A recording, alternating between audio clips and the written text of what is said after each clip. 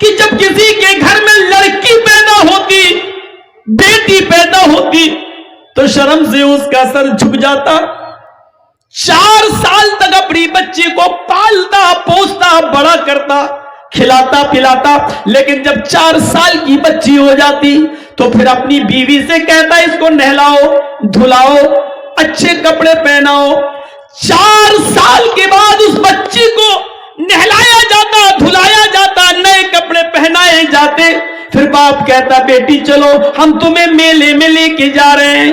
پھر میلے میں لے کے جاتا، جنگل میں لے جاتا جہاں پہلے سے گڈھا کھدا ہوا ہوتا.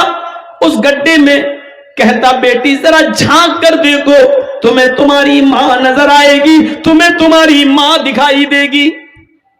وہ 4 سال کی گنچئی ناشگفتہ ایک کلی،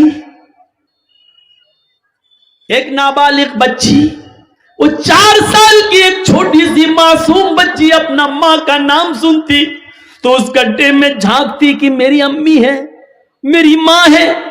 دیکھیں جیسے ہی وہ اس گڈھے میں جھانک کر دیکھتی، وہ قصائی باپ، وہ پاپی باپ، وہ ظالم باپ پیچھے سے اپنی بیٹی کو دھکا دیتا، گڈھے میں گرا دیتا اور زمین کی مٹی کو اس کی اوپر ڈالنا شروع کر دیتا.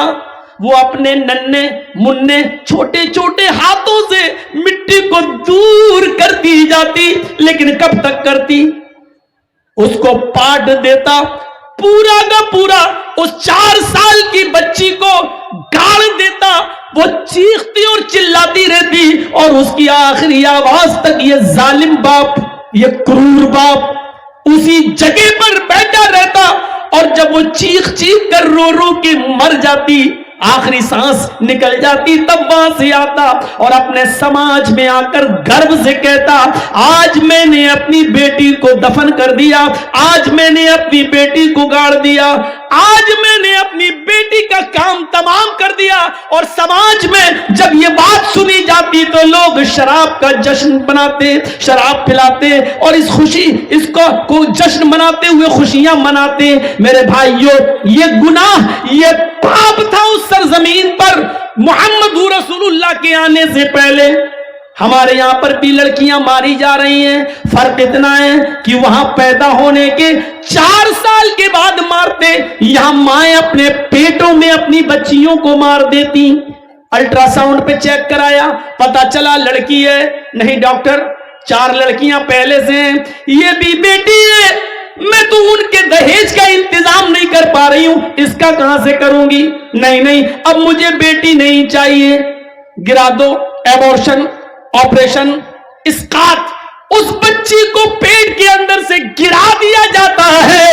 اگر یہاں کسی نے یہ جرم کیا ہے، سن لو میری بہنوں، سن لو میری قوم کی بیٹیوں، سن لو میری سماج کی ماں، اوہ سنو، اللہ کے نبی فرماتے ہیں جس عورت نے اپنے پیٹ سے کسی بچے کو گرایا، ایبورشن کرایا، اس کی عمر پیٹ میں 1 دن کی کیوں نہ ہو، 1 ہفتے کا بچہ کیوں نہ ہو، پیٹ میں 1 مہینے کا کیوں نہ ہو، 3 مہینے کا کیوں نہ ہو، 3 دن کا کیوں نہ ہو، قیامت کے دن یہ بچہ اللہ رب العالمین اس کو زندگی دے گا، اس کو ہاتھ دے گا، پیر دے گا، زبان دے گا، سر دے گا، آنکھیں دے گا، چہرہ دے گا، سب کچھ دے گا.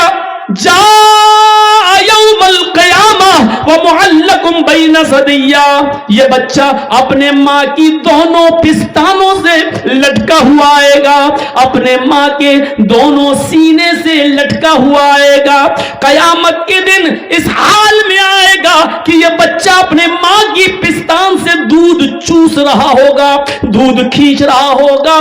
اللہ رب العالمین کی آواز آئے گی، اے بچے تجھے کچھ کہنا ہے؟ بچہ اپنے ماں کی پستان کو چھوڑ دے گا، یقول چیخے گا اور کہے گا یا ربی ہذہ امی قتلتنی، اللہ یہ میری ماں ہے جس نے دنیا میں مجھے مار ڈالا تھا، اللہ یہ میری ماں ہے جس نے دنیا میں میری جان لے لی تھی، اللہ یہ میری ماں ہے جس نے دنیا میں مجھے قتل کر ڈالا تھا. اللہ یہ دنیا میں میری نہ بنی، ماں مت بن، اللہ کے دنیا میں میرا خیال نہ رکھ سکی، آج تو اس کا خیال نہ رکھ، اے اللہ میری ماں کو جہنم میں ڈال دے، اللہ میری ماں کو تو جنت میں مت بھیج، اللہ اس نے دنیا میں مجھے پناہ نہ دی، دنیا میں مجھے آنے سے پہلے مار ڈالا، اے اللہ تو بھی اس کو جہنم میں بھیج۔ وہ بچہ اللہ سے شکایت کرے گا دنیا میں، جب اس نے مجھے نہیں وجود میں لائی تو تو اس کو جنت میں کیسے بھیج سکتا ہے، اے اللہ میری ماں کو تو جہنم میں ڈال دے۔ وہ بچہ اپنی ماں کو اللہ سے فریاد کر کے جہنم میں بھجوا دے گا۔ اگر کسی ماں نے، کسی عورت نے اگر یہ جرم کیا ہے تو جاؤ فجر کی نماز سے پہلے پہلے مصلی بچھاؤ، سجدے کرو اور اپنے روٹھے ہوئے رب کو منا لو، شاید اس کو رحم آ جائے تو تمہیں توبہ قبول کر کے بخش دے، ورنہ امید بہت کم ہے۔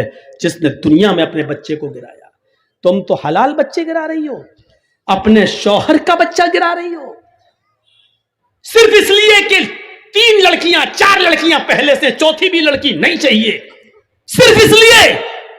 اسلام نے تو حرام اولاد بھی گرانے کی اجازت نہیں دی، ناجائز بچہ بھی مارنے کی اجازت نہیں دی۔ وہ ایک عورت آئی تھی اللہ کے رسول کے پاس جس سے زنا ہو گیا تھا، حرام کام ہو گیا تھا، کہہ رہی تھی اللہ کے رسول مجھے پاک کر دو۔ اللہ کے نبی نے کہا کیا ہوا؟ کہا ایسا ایسا ہو گیا۔ آپ نے صحابہ سے کہا اس کو مار ڈالو، پتھروں سے ختم کر دو۔ صحابہ نے کہا اللہ چلو، اس نے کہا اللہ کے رسول میرے پیٹ میں بچہ ہے، اسی زنا کی پیداوار ہے۔ اللہ کے نبی نے کہا تو غلطی تیری ہے، تیرے پیٹ کے بچے کو کیسے مارا جائے؟ ابھی تجھے ماروں گا تو بچہ بھی مر جائے گا، جاؤ جب بچہ پیدا ہو جائے تب آنا۔ جب بچہ پیدا ہوا تب آئی۔ اللہ کے رسول نے کہا ابھی بھی تجھے نہیں مارا جا سکتا ہے، کیونکہ ابھی بچہ تیرا دودھ پیتا ہے، اس کے ہونٹوں میں دودھ لگا ہے، اور محمد ظالم نہیں ہے جو اس بچے کا حق مار دے، نہیں، ابھی اس کو دودھ پلاؤ، جب روٹی کھانے لگے تب آنا۔ سوچو، حرام بچہ تھا، ناجائز بچہ تھا، جنگل میں بکریاں چرانے والے کسی چرواہے سے اس عورت نے زنا کر لیا تھا، پہاڑ کی کہ دامن میں زنا ہوا تھا، جنگل میں جھاڑی میں زنا ہوا تھا، لیکن اللہ کے رسول صلی اللہ علیہ وسلم نے اس ناجائز بچے کو بھی گرانے کی اجازت نہیں دی، جبکہ اس بچے کا باپ اس دنیا میں پتہ نہیں کون ہے، نہ اس نے ایکسپٹ کیا کہ میرا بچہ ہے، اور آج تک حدیث کی کتابوں میں اس بچے کا باپ کا پتہ نہیں ہے کہ کون ہے۔ میرے بھائیوں ذرا تصور کرو، اللہ چاہتا تو نبی کو بتا سکتا تھا کہ اس بچے کا باپ فلاں ہے، لیکن اللہ نے بھی نہیں بتایا، اس لیے کہ کسی کا معاملہ چھپا ہے تو چھپا رہنے دو، شاید وہ توبہ کر لے اور اللہ رب العالمین اس کو معاف کر دے۔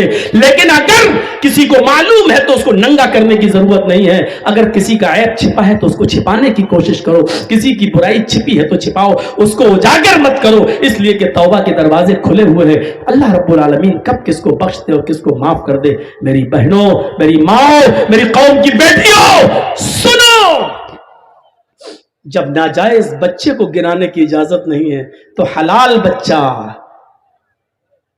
جائز بچہ، اس کو کیسے گرایا جا سکتا ہے؟ یہ اندھیرا تھا عرب کی سرزمین پر،